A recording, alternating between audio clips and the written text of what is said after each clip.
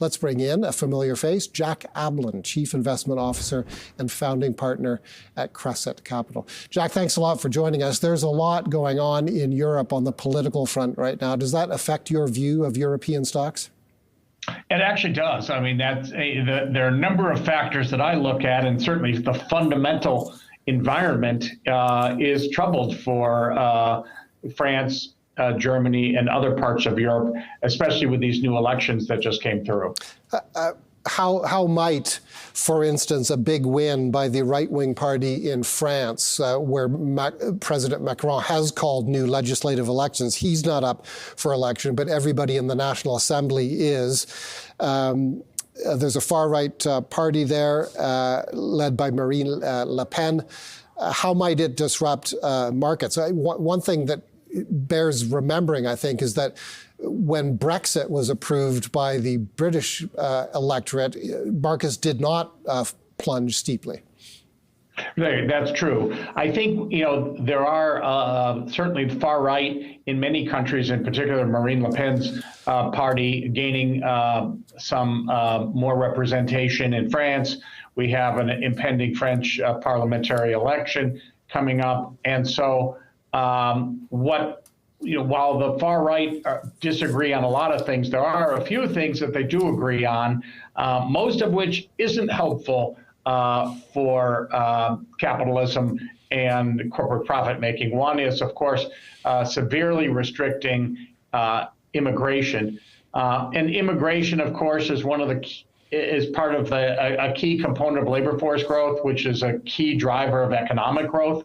Another factor, of course, is wages and benefits to individual workers, including reducing the retirement age in France, which had been actually recently extended by Macron. And so some of these kind of inward, insular, home country first strategies, while they certainly play very well among voters, when you really start to drill down into it from a macro perspective, it tends to lead to higher inflation, lower productivity, weaker profit growth, just not a great fundamental plan for profit making in financial markets. And before we move to U.S. stocks, what about the interest rate environment in Europe, where it looks like, just like here in Canada, banks will have or will move down before the U.S. Fed does? Right. And so, there are a lot of factors that go into currency, but probably the pivotal one, the one that moves most quickly, is just interest rate differential, just because of carry trade and the like. With European Central Bank reducing rates, the Fed appears to be content at holding rates where they are. The fact is that here at home, inflation is coming slowly downward. So is economic growth, but the labor market's not falling apart, the housing market's not falling apart, and the stock markets aren't falling apart. So I don't think that Chairman Powell and his colleagues are in any rush to reduce that overnight rate. What does that mean? That means that the U.S. dollar will remain strong and potentially even strengthen. And so for U.S. investors investing abroad, the currency component could weaken.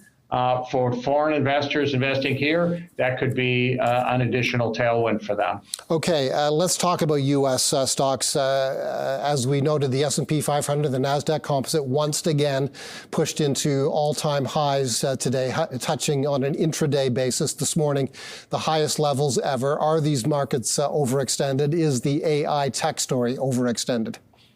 Yeah, the AI tech story is certainly fully priced and certainly gotten a lot of attention. And of course, all eyes are on NVIDIA and a small cluster of companies around that.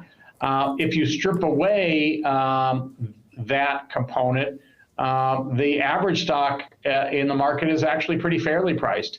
And so our view is, okay, in an environment of higher for longer, which means that financing costs are going to remain more expensive for companies. Our view is we want quality.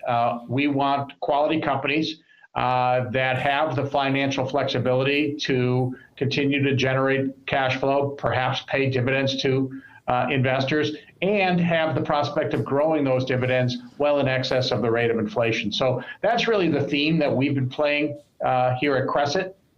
We're not running away from the S&P 500. We're certainly harnessing that momentum. But an expensive market that begins to lose momentum is an indicator for us to move on. And right now, momentum is pretty strong.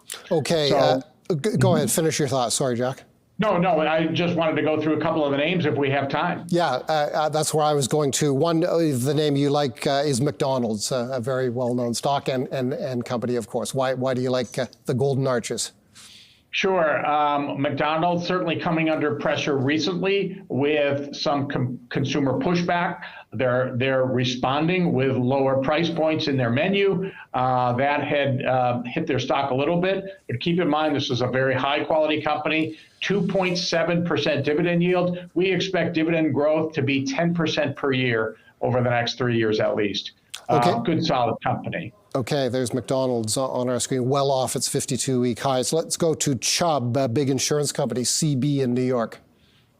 Yeah, so Chubb, again, high quality company. This is one that, it had come under a little pressure because insurance costs have gone up. It's increased the cost of owning a home, which in this country is extremely high right now. But strong player, 1.4% dividend yield. We expect dividend growth to exceed 18% per year over the next 3 years with Chubb. And let's squeeze in, we're almost out of time, but let's squeeze in automatic data processing, ADP, on the NASDAQ. Yeah, so here's a company that computes and pays, writes paychecks for employees. Good, solid, high cash flowing company, high quality company, dividend yield of 2.3%, expected dividend growth over 7% per year for the next 3 years, in our view. Jack,